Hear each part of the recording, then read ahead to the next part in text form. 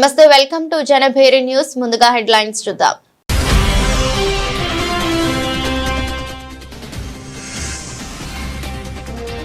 శ్రీలంక అధ్యక్షుడికి ప్రధాని Narendra Modi phone. Operation Sagar బంద్తో మరింత సాయం చేస్తామని హామీ.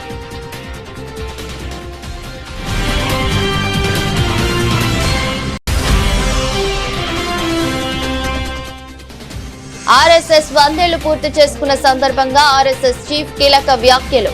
భారత్ బలం పెరగడం వల్లే మోదీ మాటను శ్రద్ధగా వింటున్నారన్న మోహన్ భాగవత్.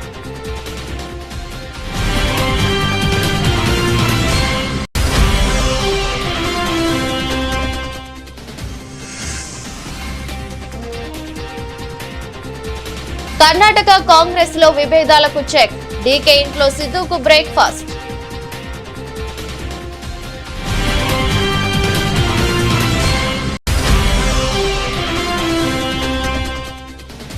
తమిళనాడులో దిట్వా తుఫాన్ నేపథ్యంలో అన్ని చర్యలు తీసుకుంటున్నామన్న మంత్రి రామచంద్రన్. మేరకు ఎస్సీఓసీ వద్ద తుఫాను పరిస్థితిని సమీక్షించినట్లు వెల్లడి.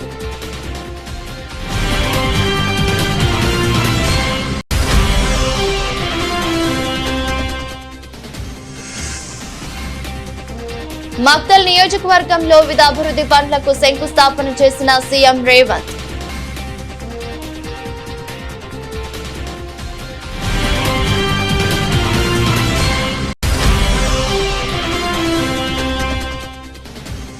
ఏలూరు జిల్లాలో పేదల సేవ కార్యక్రమంలో పాల్గొన్న సీఎం చంద్రబాబు. ప్రజా సంక్షేమంలో ఆంధ్రప్రదేశ్ దేశంలోనే ప్రథమ స్థానంలో ఉందని వెల్లడి.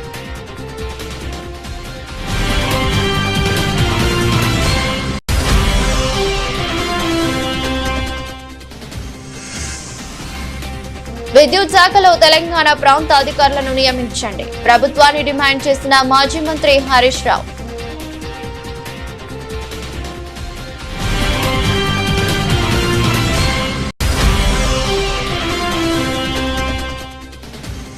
కూటమి ప్రభుత్వంలో మాజీ ఎమ్మెల్యే సింహాద్రి రమేష్ బాబు సంచలన వ్యాఖ్యలు. ప్రభుత్వ పూర్తి నిర్లక్ష్యం వ్యవసాయం రైతుల పాలిట శాపంగా మారిందని విమర్శలు.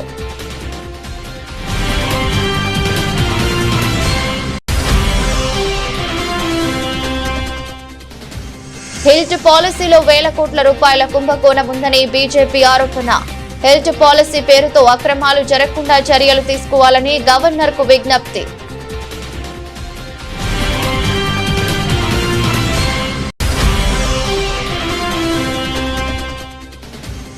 తక్షణమే ఫీజు రియంబర్స్మెంట్ హాస్టల్ ఖర్చుల బకాయిలు చెల్లించండి. ప్రభుత్వాన్ని డిమాండ్ చేసిన వైఎస్ఆర్సీపీ విద్యార్థి విభాగం అధ్యక్షుడు Panuganti Chaitanya.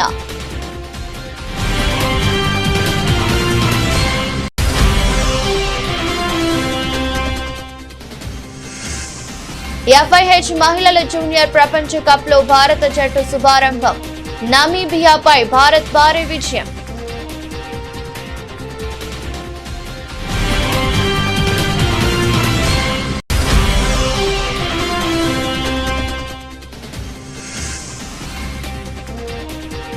US fed rate కోతపై ఆశలు. 1.3 లక్షల మార్కు దాటిన పరిస్థితి.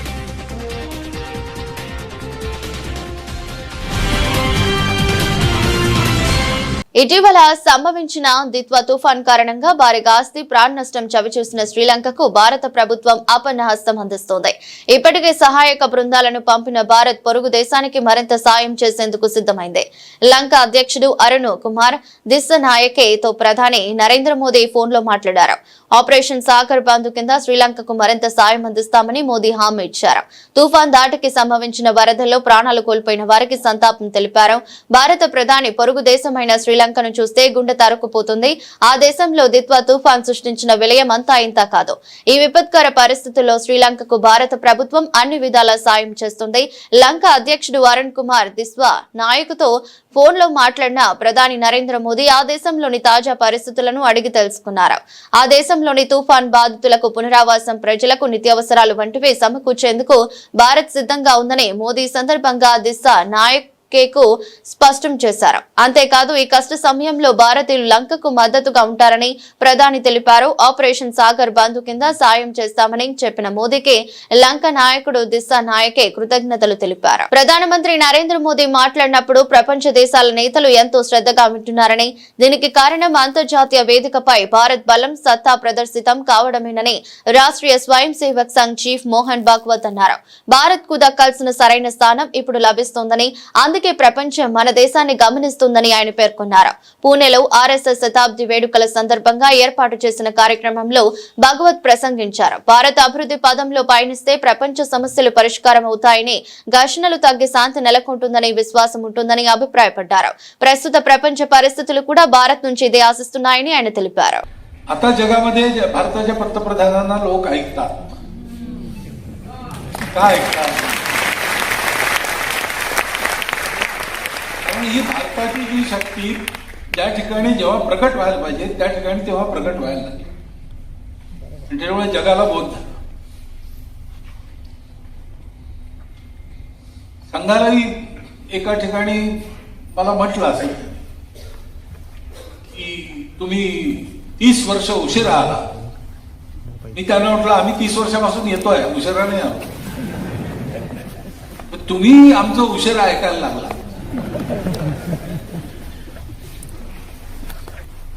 कारण दिल्लीच्या व्याख्यानाचा उल्लेख झाला. त्या लोकांना आम्ही बोलावलं असतं 30 वर्षापूर्वी तर ते आलेच नसते. पण एक शक्ती दिसली लोकांना. शक्ती म्हणजे दंडशक्ती नाही, संहत कार्यशक्ती, सगळ्यांची मिळून शक्ती. आणि संघ जेव्हा संहत कार्यशक्ती म्हणतो तेव्हा त्याला संपूर्ण समाजाचं संघटन अभिप्रेत. तर त्या शक्तीच्या आधारावर जे सत्य आहे, जे स्वाभाविक हिंदू समाजाचं शील आहे, वसुधैव कुटुंबकम, त्या आपल्या शीलाप्रमाणे आपल्या स्वत्वाप्रमाणे आचरण करण्याचा त्याचा व्यवहार बनावा, त्याची शक्ती बनावी, त्याची सवय बनावी आणि त्याला ती मोकळी करी असावी. కర్ణాటక రాజకీయాల్లో నెలకొన్న నాయకత్వ పూర్వగానాల మధ్య ముఖ్యమంత్రి సిద్ధరామయ్య, ఉప ముఖ్యమంత్రి డీకే శివకుమార్ మధ్య కీలక భేటీ జరిగింది. మంగళవారం ఉదయం బెంగళూరులోని సదాశివనగర్ లో ఉన్న డీకే శివకుమార్ నివాసానికి సీఎం సిద్ధరామయ్య అల్పాహార విందుకు హాజరయ్యారు. శివకుమార్, ఆయన సోదరుడు మాజీ ఎంపీ డీకే సురేష్ సిద్ధరామయ్యకు సాదరంగా స్వాగతం పలికారు. పుష్పగుచ్చం అందించి సెలవుతో సత్కరించారు. వారంలో వీరిద్దరూ బ్రేక్ఫాస్ట్ మీటింగ్ లో పాల్గొనడం ఇది రెండోసారి. పార్టీలో ఐక్యతను చాటి చెప్పేందుకే ఈ సమావేశం ఏర్పాటు చేసినట్లు తెలుస్తోంది. ఈ నెల 8 నుంచి బెళగావిలో అసెంబ్లీ శీతాకాల సమావేశాలు జరగనున్న నేపథ్యంలో ఈ భేటీకి ప్రాధాన్యం ఏర్పడింది.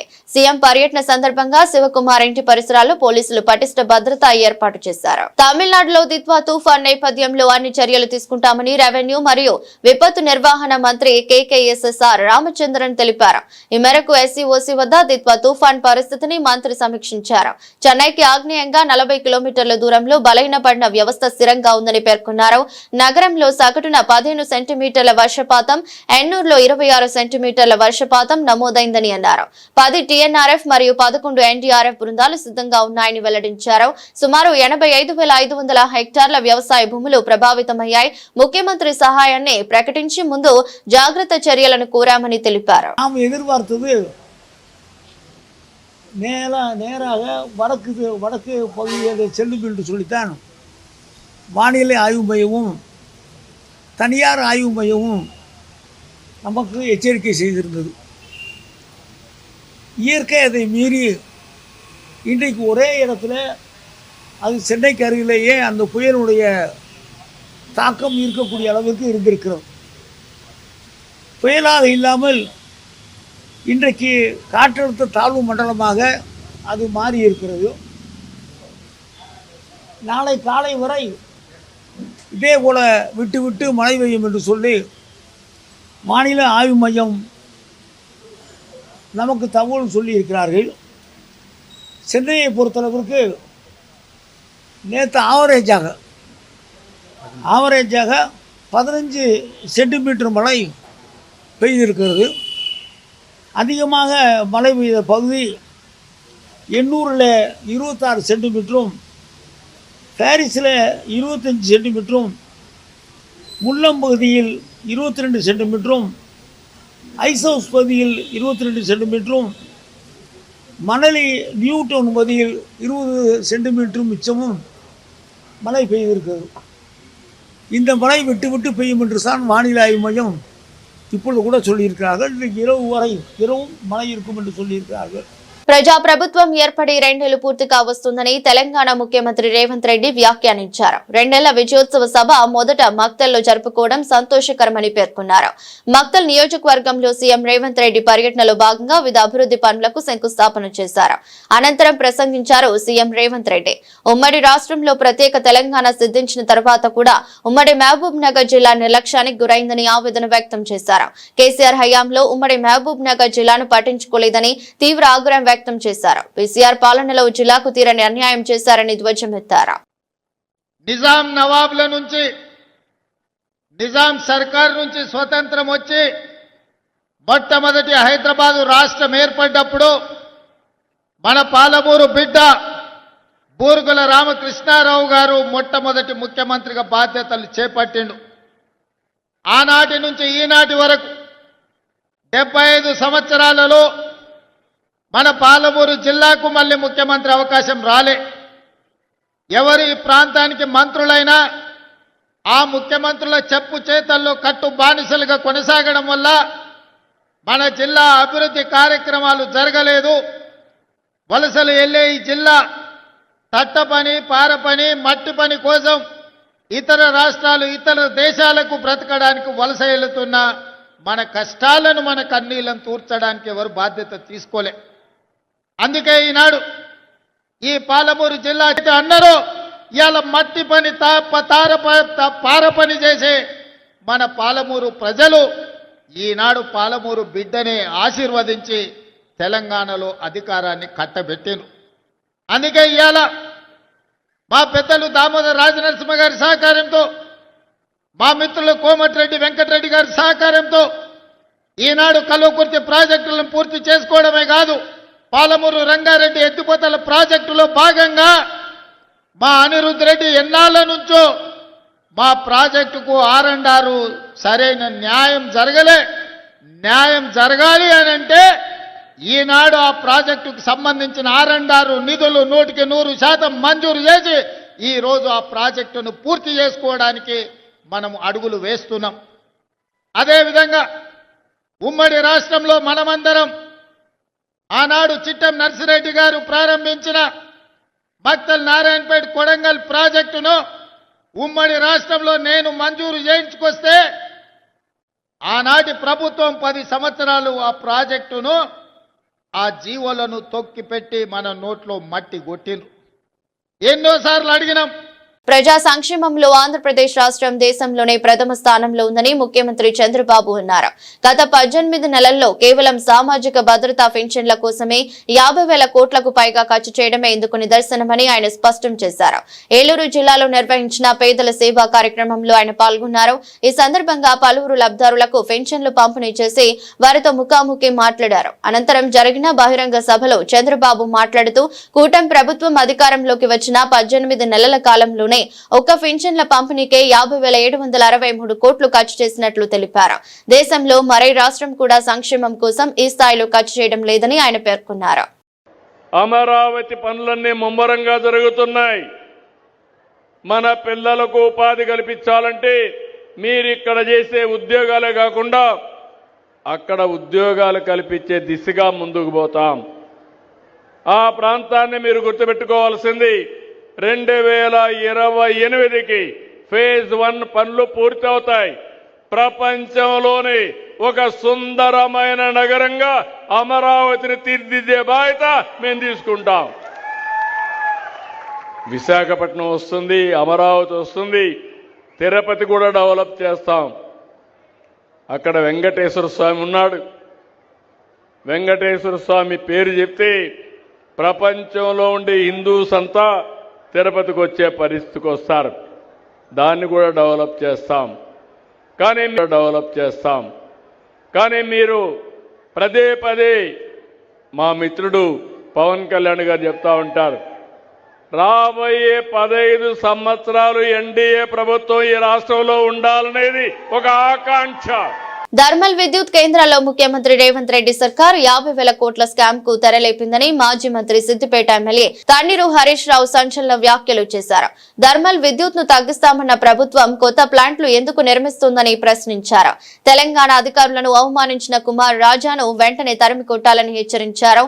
విద్యుత్ శాఖలో తెలంగాణ ప్రాంత అధికారులను నియమించాలని డిమాండ్ చేశారు. థర్మల్ విద్యుత్ కేంద్రాల నిర్మాణంపై అఖిలపక్ష సమావేశం ఏర్పాటు చేయాలని సూచించారు. కమిషన్ల కోసమే కొత్త విద్యుత్ ప్లాంట్లు నిర్మిస్తున్నారని ఆరోపణలు చేశారు. ఎన్టీపీసీ 4.12 పైసలకు యూనిట్ విద్యుత్ ఇస్తామంటే తీసుకోవడానికి కాంగ్రెస్ సర్కారు ఎందుకు ముందుకు రావట్లేదని ప్రశ్నల వర్షం కురిపించారు. అయితే ఎన్టీపీసీ 2,400 తీసుకోమంటే వీళ్ళు 800 మాత్రమే తీసుకున్నారు. ఆ 800కు state ERC electricity regulatory commission ఏదైతే ధర నిర్ణయిస్తుందో మనకు ఈఆర్సీ డాక్యుమెంట్, ఇది నా డాక్యుమెంట్ కాదు, ఈఆర్సీ సంతకం ఉంది మీద. 800 తీసుకుంటే దానికి ఎంత ధర నిర్ణయించిందంటే ₹4.12. అంటే ఎన్టీపీసీ దగ్గర 800 మెగావాట్లు తీసుకుంటే ₹4.12 కాడికి 800 మెగావాట్లకు ఈఆర్సీ ఆర్డర్ పాస్ చేసింది. ₹4.12కే వస్తుంది కదా ఇక్కడ ఎన్టీపీసీ. వాడు 2,400 ఇస్తా అంటే నువ్వు 800 తీసుకుంటా అన్నావు పాపం, ఇంకా 1,600 వద్దన్నావు. ఇప్పుడేమంటున్నావు, పవర్ ప్లాంట్ పెడతా అంటున్నావు. ఇప్పుడు పెట్టే పవర్ ప్లాంట్లలో రామగుండం 800, పాల్వంచ 800, మక్తల్ 800 అని చెప్పినావు. రామగుండం 800కు జెన్కో డిపిఆర్ తయారు చేసింది. జెన్కో డిపిఆర్లో 10,800 కోట్లు ఖర్చు అవుతుందని డిపిఆర్ను ప్రభుత్వానికి సమర్పించింది. నిజమా అబద్ధమా? సూటిగా సమాధానం చెప్పు. 10,800 కోట్లతో జెన్కో డిపిఆర్ ఇచ్చింది, నిజమా కాదా? 800 మెగావాట్లకు 10,800 కోట్లంటే 1 మెగావాట్కు 13,62,00,000 రూపాయలు ఖర్చు అవుతుంది. ఇది స్టార్టింగ్, అయిపోయే వరకు అది 16-17 కోట్లు అవుతుంది. 13,62,00,000 రూపాయలు 1 మెగావాట్కు ఖర్చు అవుతుంది. 1 యూనిట్ విద్యుత్ ఉత్పత్తి చేయడానికి ₹7.70 అవుతుందని చెప్పి లెక్క తేల్చింది జెన్కో. ₹7.70 per unit. మరి 10,880 కోట్లు కాస్త ఏమవుతుంది, పూర్తయ్యే వరకు 15,000 కోట్లు అవుతుంది. ఈ 15,000 కోట్లలో 25% జెన్కో రాష్ట్ర ప్రభుత్వం డబ్బులు పెట్టాలి, 75% అప్పులు తేవాలి. 15,000 కోట్లు ఒక రామగుండంకు, ఇంకో 15,000 పాల్వంచకు, ఇంకో 15,000 మక్తల్కు, 45,000 అవుతుందా? నేనేమంటున్నా, అరే రూపాయి పెట్టుబడి లేదు, రూపాయి అప్పవసరం లేదు, మిత్తి మీద పడేది లేదు, వాళ్ళు కట్నీళ్లు పెట్టెపోయోలే. 2,400 మెగావాట్ల కరెంటు మన తెలంగాణలోనే పెట్టి మనకు సప్లై చేస్తామంటే ఎందుకు వద్దన్నావు? అయినా వాళ్ళు చెప్పిన ధర ఎంత? ₹4.12. రాష్ట్రంలో ప్రస్తుతం వ్యవసాయ రంగం పరిస్థితి అత్యంత దారుణంగా ఉందని, ఒకవైపు వరుసగా ప్రకృతి వైపరీత్యాలు, మరోవైపు ప్రభుత్వం నుంచి ఏమాత్రం సహాయం అందక రైతులు విలవిలలాడుతున్నారని మాజీ ఎమ్మెల్యే అవనిగడ్డ నియోజకవర్గం వైఎస్ఆర్సీపీ సమన్వయకర్త సింహాద్రి రమేష్ బాబు వెల్లడించారు. ఈ సీజన్ లో రాష్ట్రంలో 83 లక్షల టన్నుల ధాన్యం పండుతుందని అంచనా కాగా దాంట్లో 51 లక్షల టన్నుల ధాన్యం కొనడానికి సిద్ధంగా ఉన్నామని పౌర సరఫరాల శాఖ మంత్రి నాదన్ల మనోహర్ నెల రోజుల నుంచి చెబుతున్నా ఎక్కడా అది కనీసం కార్యరూపం దాల్చడం లేదని ఆయన గుర్తు చేశారు. ఈ రాష్ట్రంలో వ్యవసాయ దాడికి ఎంత వరస్ట్ ఇంకోటి లేదు. మన మంత్రి గారు, పౌర సరఫరాల మంత్రి గారు, ఆయన ఏం చెప్పారంటే 83 లక్షల టన్నులు ఈ సంవత్సరం ధాన్యం పండుతుంది, అందులో 51 లక్షలు మేము కొనడానికి సిద్ధంగా ఉండమని చెప్పి నెల రోజుల నుంచి చెప్తారు.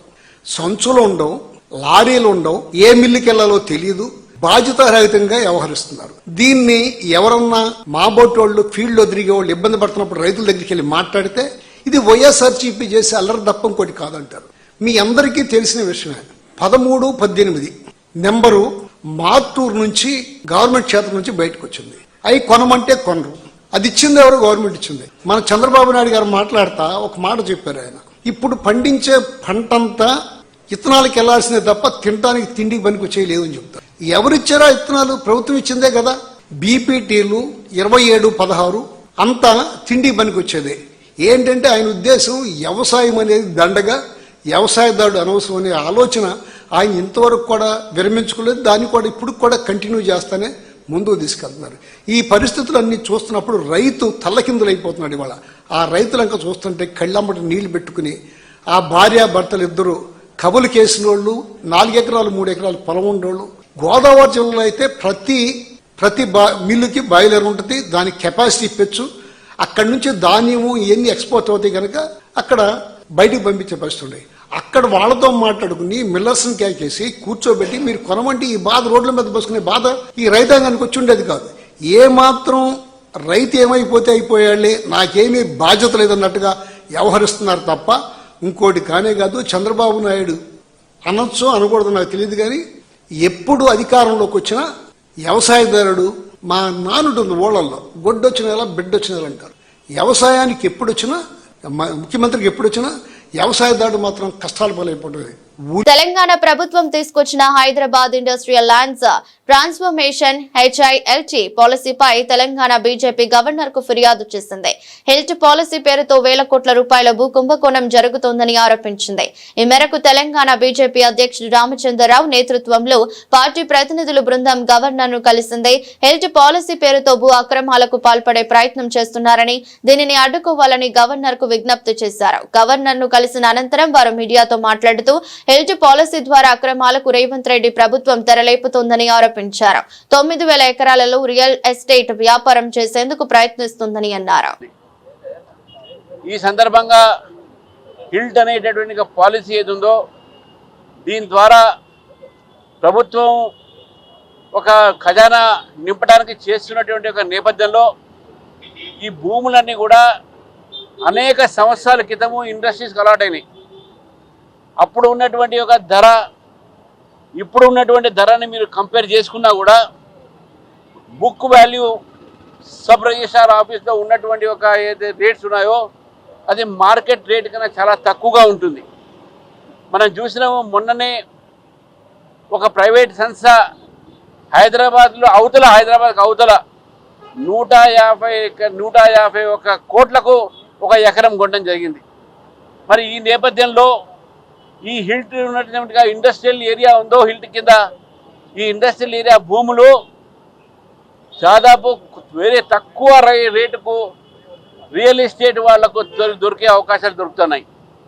30% సంబంధించినటువంటి డిపాజిట్ SRO రేట్ కింద చేసేస్తే ప్రభుత్వానికి ఎంత నష్టం వస్తుంది అనే విషయాన్ని మనం ఆలోచించాలి. నడుస్తున్న ఇండస్ట్రీస్ కూడా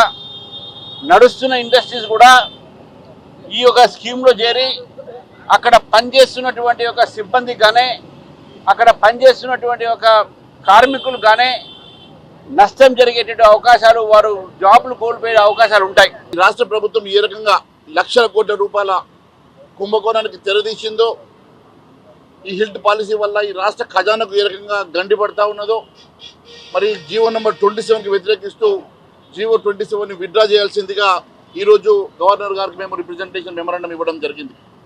మరి తప్పకుండా ఇప్పుడు అధ్యక్షులు చెప్పినట్టుగా అనేకమైనటువంటి అవినీతి అంశాలు, 6 గ్యారంటీలు, 420 హామీలకు నెరవేర్చిన పక్షంలో 2 సంవత్సరాలు ఈ ప్రభుత్వం పాలన పూర్తి చేసుకున్న సందర్భంగా ఇచ్చినటువంటి ఏ ఒక్క హామీ నెరవేర్చిన ఈ ప్రభుత్వ విధానాలకు వ్యతిరేకంగా, అనేక కుంభకోణాలకు వ్యతిరేకంగా, ముఖ్యంగా హిల్ట్ పాలసీకి వ్యతిరేకంగా, GHMC పరిధిని మరి పెంచుతూ తీసుకొచ్చినటువంటి జీవోకు వ్యతిరేకంగా, అనేకమైనటువంటి కుంభకోణాలకు వ్యతిరేకంగా మరి ఈ నెల 7వ తారీఖు రోజు వారి ఆధ్వర్యంలో జరిగేటువంటి పెద్ద ఎత్తున నిరసన దీక్షలో అందరూ పాల్గొనాల్సిందిగా కోరుకుంటూ, మరి తప్పకుండా భారతీయ జనతా పార్టీ ఈ ప్రభుత్వ విధానాలకు వ్యతిరేకంగా పోరాటం చేస్తుందని చెప్పి మరొకసారి తెలియజేసుకుంటూ ధన్యవాదాలు. అధికారం చేపట్టి 18 నెలలు గడుస్తున్నా విద్యార్థులకు ఫీజు రియంబర్స్మెంట్ బకాయిలు, స్కాలర్షిప్స్ చెల్లించని కూటమి ప్రభుత్వ తీరుపై వైఎస్ఆర్సీపీ విద్యార్థి విభాగం ఆగ్రహం వ్యక్తం చేసింది. తాడేపల్లి వైఎస్ఆర్సీపీ కేంద్ర కార్యాలయంలో మీడియాతో మాట్లాడిన విద్యార్థి విభాగం president, zonal working president Panukanti Chaitanya రవిచంద్రలు తక్షణమే ప్రభుత్వం పెండింగ్ లో పెట్టిన 5,600 కోట్ల ఫీజు రియంబర్స్మెంట్ బకాయిలు చెల్లించాలని డిమాండ్ చేశారు. లేని పక్షంలో విద్యార్థులతో కలిసి దశల వారీ ఆందోళన చేపడతామని, రాష్ట్ర వ్యాప్తంగా ఎమ్మెల్యేల నుంచి సీఎం సహా మంత్రుల నివాసాలను ముట్టడిస్తామని వారు హెచ్చరించారు.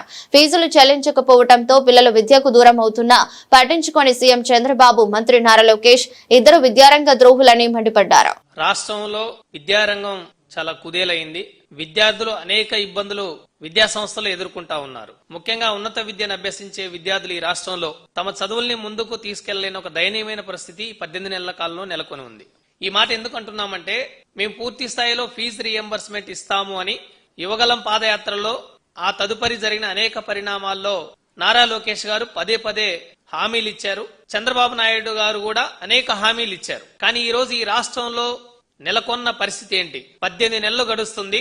సుమారు 7,800 కోట్ల రూపాయలు ఫీజు రీఎంబర్స్మెంట్, స్కాలర్షిప్ బకాయిలు ఉన్నాయి.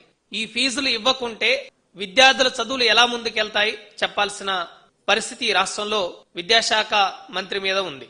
గత జగన్మోహన్ రెడ్డి గారి హయాంలో త్రైమాసిక టర్మ్ ఫీజులు అంటే విడతల వారీగా అందజేశారు. ఏ ఫీజు ఎప్పుడు ఇస్తామో అనేది ముందే నిర్ణయించి పత్రికల్లో ప్రకటనలు ఇచ్చి జగన్మోహన్ రెడ్డి గారు త్రైమాసిక ఫీజులు పిల్లల తల్లుల ఖాతాలో జమ చేసేవాళ్ళు. కానీ కూటమి ప్రభుత్వం అధికారం చేపట్టాక మేము పేరెంట్స్ ఖాతాలో కాదు కాలేజీలకే ఇస్తాము, అది కూడా 6 నెలలకు ఒకసారి, సంవత్సరానికి ఒకసారి ఇస్తామన్నారు. ఇప్పటికీ ఏకంగా చదువుకు దూరం చేస్తూ పేదరికాన్ని పెంచి పోషిస్తున్నాడు చంద్రబాబు నాయుడు గారు. చంద్రబాబు మాటలు వింటా ఉంటే నాకు ఒక పిట్ట కథ గుర్తొస్తా ఉంది. వెనకటి రోజుల్లో చంద్ర అనే సోమరిపోతు ఉండేవాడంట. చంద్రన్న అనే సోమరిపోతు ఊర్లో ప్రజలందరికీ మాయ మాటలు చెప్తాడంట. ఊరవతల ఉన్న కొండ నేను మోస్తాను రానని చెప్పి ప్రజలందరినీ కూడా ఊరవతల ఉన్న కొండకి తీసుకొని వస్తారంట. ప్రజలందరూ సోమరిపోతు చంద్రను నమ్మేసి ప్రజలందరూ ఊరవతల ఉన్న కొండ దగ్గరికి వస్తారంట. ప్రజలందరూ కొండ దగ్గరికి రాగానే ఈ సోమరిపోతు చంద్రన్న అంటాడు, మీరందరూ కూడా ఈ కొండని నా నెత్తి మీద మోస్తే నేను కొండను మోస్తా అని చెప్పేసి ప్రజలందరూ నమ్మబలికిస్తాడంట. అక్కడికి వచ్చిన ప్రజలందరూ కూడా చంద్రన్న సోమరిపోతుని తమిరి కొడతారంట. ఈ రోజు రాష్ట్రంలో ముఖ్యమంత్రి చంద్రబాబు నాయుడు గారి పరిస్థితి అదే విధంగా ఉంది. ఎందుకంటే రాష్ట్రంలో కూటమి ప్రభుత్వం అధికారంలోకి వచ్చిన తర్వాత సుమారు 18 నెలలు అవుతా ఉంది. ఒక్క రూపాయి కూడా చెల్లించకుండా విద్యార్థుల జీవితాలను నాశనం చేస్తా ఉన్నారు. ఈ రోజు ఇప్పటికైనా కూటమి ప్రభుత్వం ముద్దు నిధులు విడిచి ఏదైతే పెండింగ్ లో ఉండే ఫీజు రింబర్స్మెంట్ బకాయిలు సుమారు 7,800 కోట్ల రూపాయలు, అంటే 6,600 రూపాయలు ఫీజు రింబర్స్మెంట్, 2,200 రూపాయలు మన స్కాలర్షిప్ బకాయిలు ఏవైతే ఉన్నాయో 7,800 రూపాయలు, ఏవైతే 7,800 బకాయిలు ఉన్నాయో తక్షణమే. FIH మహిళల జూనియర్ ప్రపంచ కప్ లో భారత జట్టు భారీ విజయంతో టోర్నీలో శుభారంభం చేసింది. పూల్ సిలో ఉన్న భారత్ 13-0తో నమీబియాను చిత్తుగా ఓడించి ఘనంగా బోని కొట్టింది. మ్యాచ్ ఆసంతం గోల్స్ వర్షం కురిపించిన భారత ఆటగాళ్లు పూర్తి స్థాయిలో ఆధిపత్యం ప్రదర్శించారు. మొదటి క్వార్టర్ 10వ నిమిషంలో సాక్షి రాణా గోల్ తో భారత్ ఖాతా తెరిచింది. కనిక హీనా హ్యాట్రిక్ గోల్స్ తో రాణించగా సాక్షి 2 గోల్స్ చేసింది. సోనం, ఇషిక, మనీషా చెరో గోల్ కొట్టారు. ఈ టోర్నీలో భారత్ డిసెంబర్ 3న ఐర్లాండ్ తో తలపడనుంది. అమెరికా ఫెడరల్ రిజర్వ్ ప్రామాణిక వడ్డీ రేటు తగ్గుతుందన్న అంచనాలతో బంగారం ధరలు గత కొన్ని రోజులుగా పెరుగుతూనే ఉన్నాయి. తాజాగా భారత్ లో గోల్డ్ రేటు 1.3 లక్షల మార్కును దాటింది. వెండి ధరలో కూడా భారీ పెరుగుదల నమోదైంది. భారత్ లో 24 క్యారెట్ 10 గ్రాముల బంగారం ధర 1,30,490కు చేరుకుంది.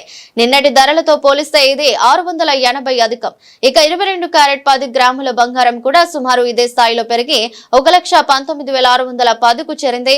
కిలో వెండి 3,200 మేర పెరిగి 1,88,100కు చేరింది. అంతర్జాతీయ మార్కెట్లో కూడా బంగారం రేట్స్ కు రెక్కలొచ్చాయి. ఔన్స్ 24 క్యారెట్ బంగారం ధర $4,241కు చేరింది. మునుపటితో పోలిస్తే సుమారు 0.3% మేర పెరిగింది. గత 6 వారాల్లో ఇదే గరిష్టం. మరోవైపు ఔన్స్ వెండి ధర 3.8% మేర పెరిగి $58.57 రికార్డు స్థాయికి చేరుకుంది. భౌగోళిక రాజకీయ అనిశ్చితులు తొలగుతున్న వేళ బంగారం ధరలు ఇలా పెరుగుతుండటం ఆశ్చర్యకరమేనని విశ్లేషకులు చెబుతున్నారు. వివిధ దేశాల సెంట్రల్ బ్యాంకులు వ్యవస్థాగత మదుపర్ల బంగారం వైపు మళ్లడమే ఇందుకు కారణమని అంటున్నారు. వార్తలు ముగించే ముందు మరోసారి హెడ్లైన్స్.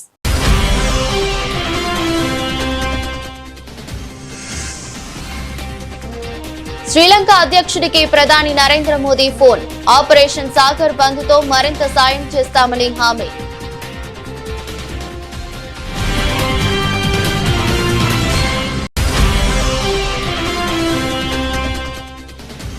ఆర్ఎస్ఎస్ 100 ఏళ్లు పూర్తి చేసుకున్న సందర్భంగా ఆర్ఎస్ఎస్ చీఫ్ కీలక వ్యాఖ్యలు.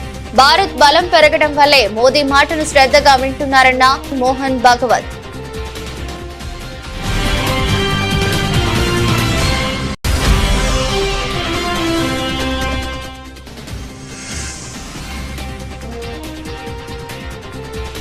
కర్ణాటక కాంగ్రెస్ లో విభేదాలకు చెక్. డీకే ఇంట్లో సిద్ధుకు బ్రేక్ఫాస్ట్.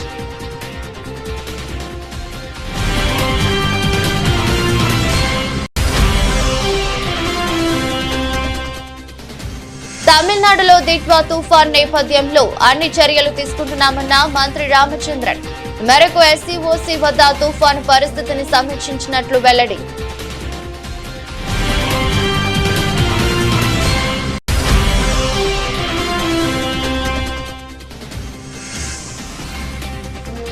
మక్తల్ నియోజకవర్గంలో వివిధ అభివృద్ధి పనులకు శంకుస్థాపన చేసిన సీఎం రేవంత్.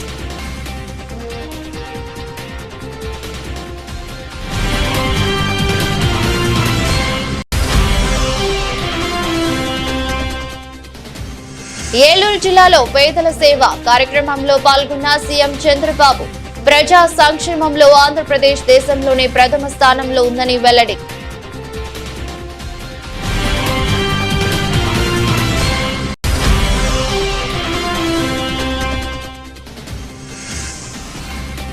విద్యుత్ శాఖలో తెలంగాణ ప్రాంత అధికారులను నియమించండి. ప్రభుత్వాన్ని డిమాండ్ చేసిన మాజీ మంత్రి హరీష్ రావు.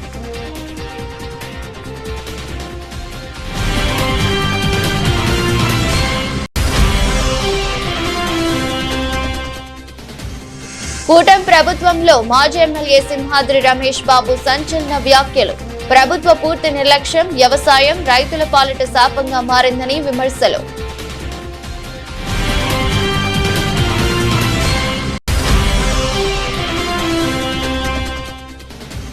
హెల్త్ పాలసీలో వేల కోట్ల రూపాయల కుంభకోణం ఉందని బీజేపీ ఆరోపణ. హెల్త్ పాలసీ పేరుతో అక్రమాలు జరగకుండా చర్యలు తీసుకోవాలని గవర్నర్ కు విజ్ఞప్తి.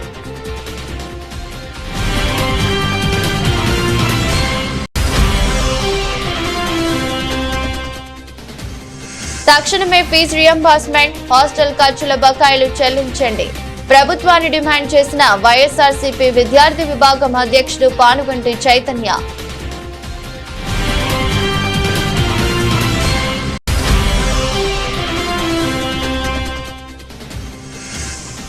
ఎఫ్ఐహెచ్ మహిళల జూనియర్ ప్రపంచ కప్ లో భారత జట్టు శుభారంభం. నమీబియాపై భారత్ భారీ విజయం.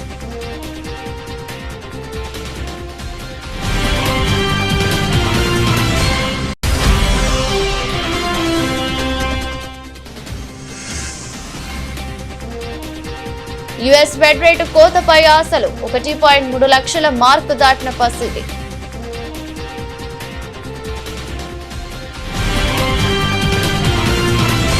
ఈ దృష్టి బులెటిన్ మరో బులెటిన్లో మళ్ళీ కలుద్దాం. అంతవరకు సెలవు. నమస్కారం.